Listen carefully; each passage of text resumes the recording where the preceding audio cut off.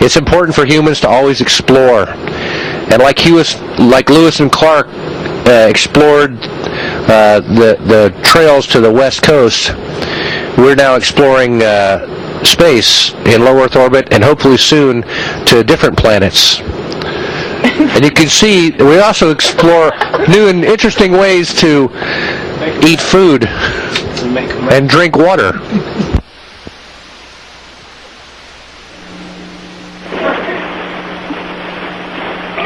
My name is Gwenny, and my question is for Dottie. What kind of foods do you get to eat in space?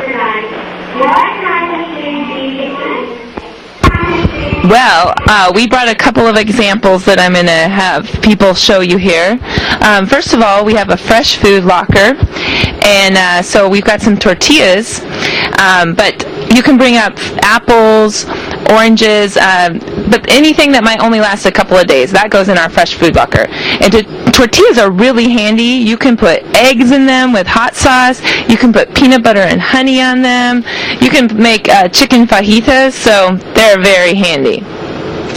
Another thing that we eat is meals that are kind of like meals ready to eat.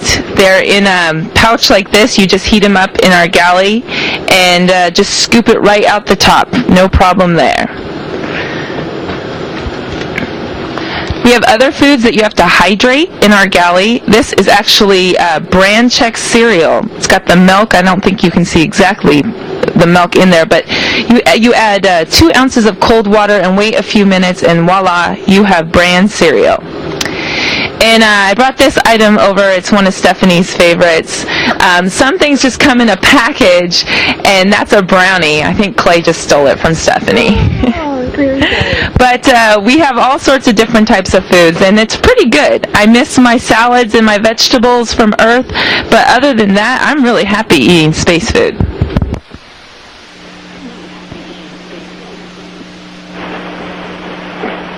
My name is Anna. My question is for Clay Anderson. What does it feel like to sleep and eat in space? Sleeping in space for me is very cool. I sleep better in orbit than I do on the Earth, and we have a sleeping bag that's strapped to the wall. So when you actually sleep, your kind of arms float up this way, and you don't snore, which is pretty amazing. And it's very, very relaxing, and it's really good that people don't snore because Commander Poindexter, well, never mind, I won't get into that.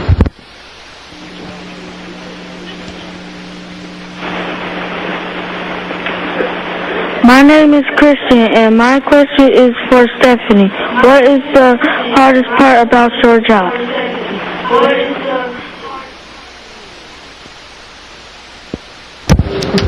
Actually, the hardest part, there's not really a hard part about our job. It really takes a lot of hard work and dedication, study hard in school, and when we come into the astronaut office, we have 2 years of very general training, but it involves a lot of study on the shuttle systems, and so we have very good trainers that prepare us.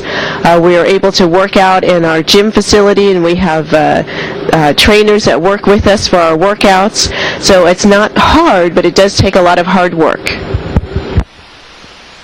My name is Shelby, and my question is for Dottie. Why does the sky look blue on Earth and black in space? That is a great question, and the reason why is because you have an atmosphere around the Earth, and the atmosphere acts a lot like a prism, and it changes the light that's coming into you, and it reflects it and bends it in different ways so that you get the color of the sky. In space, we don't have atmosphere. It's not completely empty. There are atoms out there, but they're very few and far between, and you don't get the same interaction with the light. So it is dark, dark black. And from our vantage point, it is beautiful to look on Earth's atmosphere around our planet. It's so thin compared to the planet itself, and we really need to take care of it. My name is Carmen, and my question is for Alan Poindexter. What is it like to look out the new window on the station? I think the word breathtaking describes it best. It's amazing. You know, the cupola window sits up underneath the new Node 3 module, and when you enter it head first. So you're really, from Earth perspective, you're upside down, and it's like you're hanging down below the space station, and there are windows all the way around you. So just your head and your shoulders are looking out these windows, and there's a window directly above you which directly faces the Earth, and it's amazing.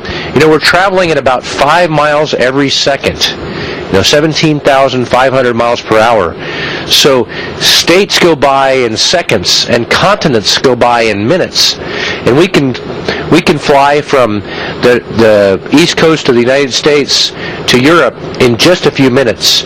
And you can see thousands of miles, almost 2,000 miles from horizon to horizon. So you can see almost entire continents. It's very, very incredible, and breathtaking, again, is the way I would describe it best. I wish everybody could see that view. My name is Kristen, and my question is for Clay. How does looking at the Earth from that perspective impact or influence you?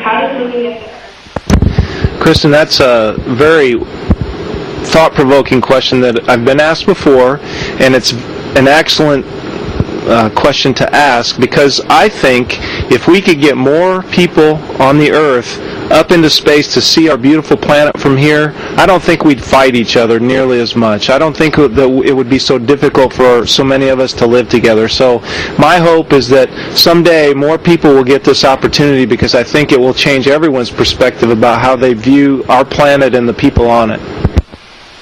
My name is Kayla, and my question is for Stephanie. Do you think that one day will be space stations where anyone, including kids, could live? Well, I certainly hope so. Right now, we have mostly professional people, professional astronauts flying in space, but it's our hope that this will expand and that we'll be able to have more people, as Clay was mentioning, come into space, and perhaps even one day to include families and so forth. Much like with the airline industry, initially it was professional people flying airplanes, and now people fly airplanes for vacations, and families fly on airplanes. And so I would expect the same to happen for spaceflight.